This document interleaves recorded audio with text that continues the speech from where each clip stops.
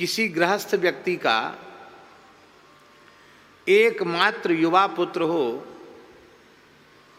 और वह भी विवाहित हो चुका हो, अब नई बहू रानी बैठी हो और अकस्मात पुत्र की मृत्यु हो जाए, एक ही पुत्र की, तो उस गृहस्थ के मन में कितनी पीड़ा होगी। वाणी से कोई कह सकता क्या उस पीड़ा को? भक्तराज नरसिंह मेहता के एक ही पुत्र थे, श्यामल दास, जिनकी बारात ठाकुर जी लेके गए थे द्वारकाधीश, और अभी विवाह हुआ ही था, कोई संतान भी नहीं हो पाई थी। बहू भी 15-16 वर्ष की थी। कितनी की थी? 15-16 वर्ष की बहू थी। और अकस्मात नरसिंह जी का पुत्र चल बसा। थोड़ा ज्वर था और बस उसी में शरीर पूरा हो गया। नरसिंह जी का नियम कुछ निश्चित संख्या में जप का था, इतने जप के बाद ही वे आसन से खड़े होते थे। पुत्र की मृत्यु हो गई, एकमात्र युवा पुत्र की, विवाहित पुत्र की मृत्यु हो गई, और सूचना आ गई कि बेटा मर गया। आपके चित्त पर कोई प्रभाव नहीं पड़ा।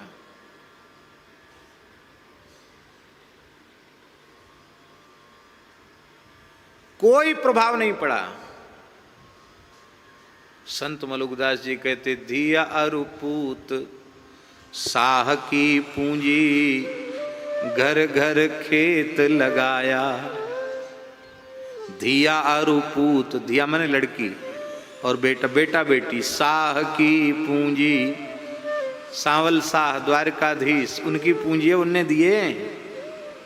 घर घर खेत लगाया, काचे पाके सब फल तोरे, उसे ही कहा के माया। झूठ, फल कच्चा ही तोड़ लेना है, इसको खेत नहीं जानता, फल नहीं जानता, वृक्ष नहीं जानता, इसे माली जानता है। माली है, बनमाली है। जब जिसको तोड़ने की बारी है तोड़ लिया, उसमें हमारा क्या रोना धोना। इसको कहते हैं विवेक। बिनु सत्संग विवेक न हो, इसको विवेक कहते हैं। फिर हमने निश्चय किया है कि इतना साधन करने के बाद ही, इतनी संख्या में जप होने के बाद ही तब हम आसन से उठ के खड़े होंगे। तो हमारे बीच में भजन छोड़ देने से जीवित तो होगा नहीं। संस्कार करना है, घंटा आधा घंटा और सही, शांत भाव से भजन करते रहे। 2 बार 3 बार लोगों ने कहा बेटा मर गया, पहले तो कहा बहुत सीरियस है, बहुत तबीयत खराब है, ऐसे लोग कहते हैं। फिर देखा इन पे तो कोई प्रभाव ही नहीं। कब मर गया महाराज, माला फेर रहे हो। ज्यादा पीछे पड़े तो इशारा किया, मतलब ले जाओ, मर गया तो क्या करें, ले जाओ। लोगों ने कहा रे भाई, ऐसा निष्ठुर पिता नहीं देखा है, संतान के प्रति तनिक भी प्रेम नहीं, दया नहीं, कैसा विचित्र है। लोग चले गए और आपने नियम पूरा करके फेंट से करताल खोला। फेंट में करताल बंध रहे थे, फेंट से करताल खोले और हाथ में करताल लेकर, पैर में घुंघरू तो बंधे ही थे पहले से, नाचने लग गए। ऐसा कर सको तो भक्त हो। ऐसा कर सकते हैं हम आप? एकमात्र बेटे की लाश पड़ी हो और बाप नाच रहा हो, कीर्तन कर रहा हो, कर सकते हैं आप? अरे भगति करे कोई सूरमा, जाति बरन कुल खोए। ये कायरों का काम नहीं है, ये सूरवीरों का काम। बहुत पक्की छाती करनी पड़ती भजन करने में। दास का अनुभव। सबसे कठिन काम है पढ़ना, और पढ़ने से भी कई गुना कठिन काम है भजन करना। पढ़ना भी बहुत कठिन है। लोगों को सब तरह की सुविधाएं मिलती फिर भी लोग नहीं पढ़ते हैं। और हम लोग तो पढ़े तो उस समय सुविधा कुछ थी ही नहीं, सुविधा नहीं थी।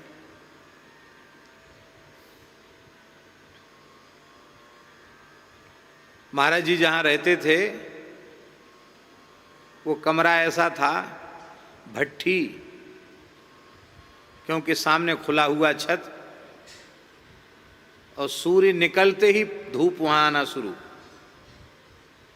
और पूरा सूर्य का प्रचंड ताप धूप कमरे पर, ऊपर और उधर ढलते समय भी, और दूसरी तरफ कमरे के रसोई, बड़ी भंडार वाली रसोई। तो ऐसे लगता था कि बिना पंचाग्नि तपे उसमें घुस जाओ तो बस तप जाओ। कूलर नहीं था, आने भी नहीं दिया कूलर। क्यों? बोले ये ग्रंथ हैं, सब सील जाएंगे, कूलर उमस के हवा से सब सील जाएंगे। महाराज जी तमाम पुस्तकालय में तो कूलर लगा रहता, वहाँ तो नहीं सीलते, यहाँ कैसे सील जाएंगे? तो महाराज जी बोले देखो पंडित जी, ऐसा है कि ज़्यादा तुम्हें चिंता हो रही है तो जितने साधु हैं ना सबको एक एक कूलर लगवाओ। वो तो संभव कहाँ, वो तो संभव ही नहीं था। बोले हमारा एसी में गुजारा हो रहा है। पंखा इतनी गर्म हवा देता था कि लगता था लू लग जाएगी। पंखा बंद करवा के फटे पुरानी चौबंदी बंडी 12 बंडी पहनते थे महाराज, उसको पानी में भिजा लेते, ऊपर से डाल लेते, एक बीजना रहता, कभी कभार भी बीच में ऐसे ऐसे हिला लेते। हमसे कहते तुमको ज़्यादा गर्मी लग रही है जेठ में तो जगमोहन में चले जाओ, 10 मिनट वहाँ ठंडक लेके चले जाओ।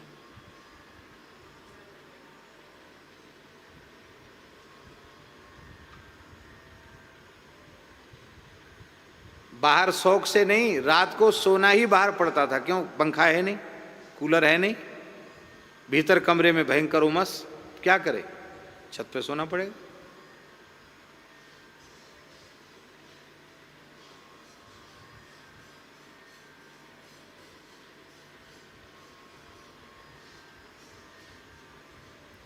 असुविधा में पढ़े हैं, सुविधा में नहीं पढ़े हैं। थैला लटका के 5 किलो का, तोला नहीं हमने, लेकिन खूब वजनदार थैला पुस्तकों का लटका के, और फिर रोज वृंदावन के अंतर्गृही हो जाती थी। यहाँ से ज्ञान गुदरी होते हुए रंग जी के मंदिर को सामने से, कांच वाले मंदिर से घेरते हुए, और फिर जाना रंग लक्ष्मी विद्यालय, रंग लक्ष्मी में पढ़ना, फिर वहाँ से फिर गोविंद देव जी का मंदिर होते हुए, छिपी गली होते हुए सेवा कुंज, धर्म संघ वाले गुरु जी के यहाँ पढ़ना, वहाँ से फिर पैदल पैदल आना, फिर सुदामा कुटी आना। वो आने के बाद फिर 2:30-3 बज जाता था। 10 बजे लगभग चलते थे, 10 सवा 10 बजे, 3 बज जाता था। सारी धूप सारी गर्मी सिर पे निकलती थी, और लौट के आए तो वहाँ 10-20 विद्यार्थी बैठे रहते थे पढ़ने के लिए। हाथ पैर धोए, जल पिया, लवशंका गए, और पारस आता था महाराज जी के, ठाकुर जी के लिए नीचे से। जैसा बनता समूह में वैसा ही आता था, अलग से तो चूल्हा चौका कहाँ। और वो एक पारस आता था, उस पारस में कोई आ गए अतिथि तो वो भी पा गए। तो अब सवेरे जो बाल भोग करके गए थे उसके बाद दोपहर का गायब, नहीं कुछ नहीं। फिर सरघर में चली जाती थी रोटी। सरघर जानते नहीं जानते हैं?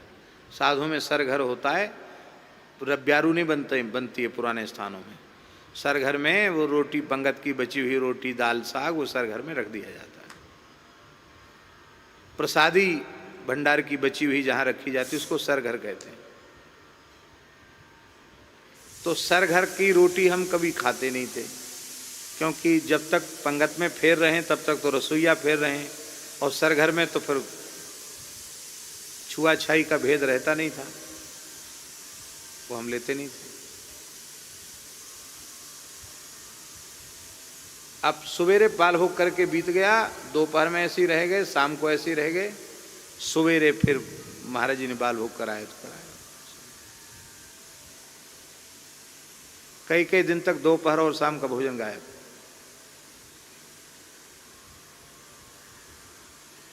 तो भीतर गए, देखा कि कुछ है तो एक दो रोटी खा ली, और नहीं कुछ है तो जल पी लिया, और फिर छत के ऊपर बैठ गए विद्यार्थियों को पढ़ाने लगे। 5 साढ़े 5 बजे तक पढ़ाए, फिर स्नान किया, फिर संध्योपासन किया, गोपीश्वर गए, फिर खाक चौक गए, आरती स्तुति करा के वहाँ से 1 कटोरी दूध मिलता था, 1 कटोरी दूध लिया, और फिर आकर के फिर जिस दिन में पढ़े हैं उन ग्रंथों को एक बार देख लिया, फिर सो गए।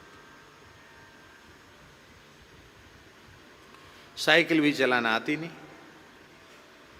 तो दिन भर पैदल घूमना पड़ता था, शरीर ऐसा दुर्बल था।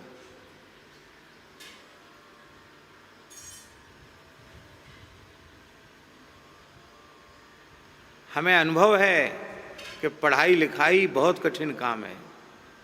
अंग्रेजी पढ़ाई लिखाई तो पाश्चात्य पढ़ाई लिखाई है, वो तो सब कंप्यूटर वाली पढ़ाई है, और अब तो खूब सुविधाएं लोग देते हैं, बड़े बड़े अमीर लोग बहुत धन दे करके विद्यालयों में भेजते पढ़ने के लिए। उसमें भी हमारे वैदिक सनातन संस्कृति के ग्रंथों का अध्ययन ये तपस्या है। अध्ययनम तपः, अध्ययन तपस्या है।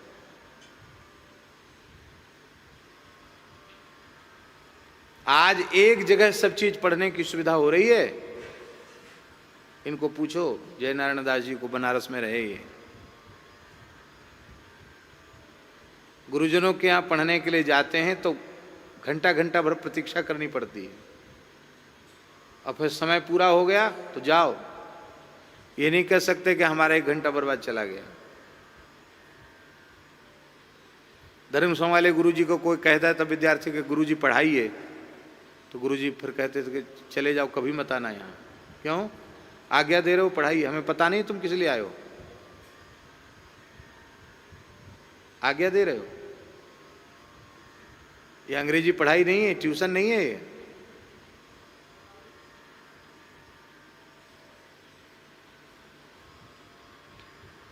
दो जगह, 4 जगह, 6 जगह पढ़ना पड़ता था। आज एक जगह सब व्यवस्था हो रही, तो भी लोग नहीं पढ़ रहे हैं। मलुक पीठ में व्याकरण पढ़ाने वाले, वेद पढ़ाने वाले सब अलग अलग हैं, सबकी मासिक दक्षिणा दी जा रही है। वहाँ रहने वाले विद्यार्थी फिर भी नहीं पढ़ रहे हैं। क्यों? बढ़िया बाल भोग कर लिया, राजभोग कर लिया, फिर सो गए, फिर ये यंत्र सबके पास आ गया, मोबाइल वाला, बचा कुचा समय उसमें चला गया। कहाँ से पढ़ेंगे भाई? सुविधा मिल गई इसलिए नहीं पढ़ रहे हैं, असुविधा में पढ़ाई होती है। अब ध्यान से सुने, अध्ययन से भी कठिन काम है भजन। तो अब एक बात बहुत लक्षण बना लो, सिद्धांत बना लो कि जब सुविधा में अध्ययन संभव नहीं है तो सुविधा में भजन कैसे संभव, ये बताओ। क्योंकि अध्ययन से कठिन काम भजन है, तब भजन में सुविधा कहाँ संभव है? हम लोग सोचते ही रह जाते जीवन में भजन की बात, भजन नहीं कर पाते। स्थानधारी सोचते हैं कि अभी तो स्थान का प्रपंच है, कोई योग्य चेला मिल जाए तो उसको दे दबा के छुट्टी करेंगे, फिर भजन करेंगे।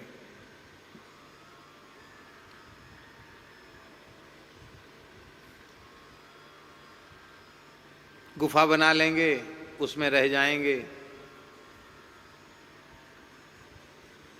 सफोकेशन हो जाता है इसलिए उसमें एक एसी लगवा लेंगे गुफा में, और बस वातानुकूलित मशीन लग, फिर क्या क्या कहना, ठाकुर जी साक्षात प्रकट हो जाएंगे, ऐसा बढ़िया ध्यान लग जाएगा भगवान का, क्या कहना। बाहर एक तख्ती लटका दी जाएगी कि शाम को 5 से 6 ही महाराज श्री का दर्शन होता है, लोगों में प्रसिद्धि हो जाएगी, महाराज 23 घंटा भजन करते हैं। वो तो 1 घंटा पता नहीं कैसे आ जाते हैं, बड़ी दया है उनकी, वो आ जाते हैं। ये दंभ हमारे सारे साधन को चौका लगा देते।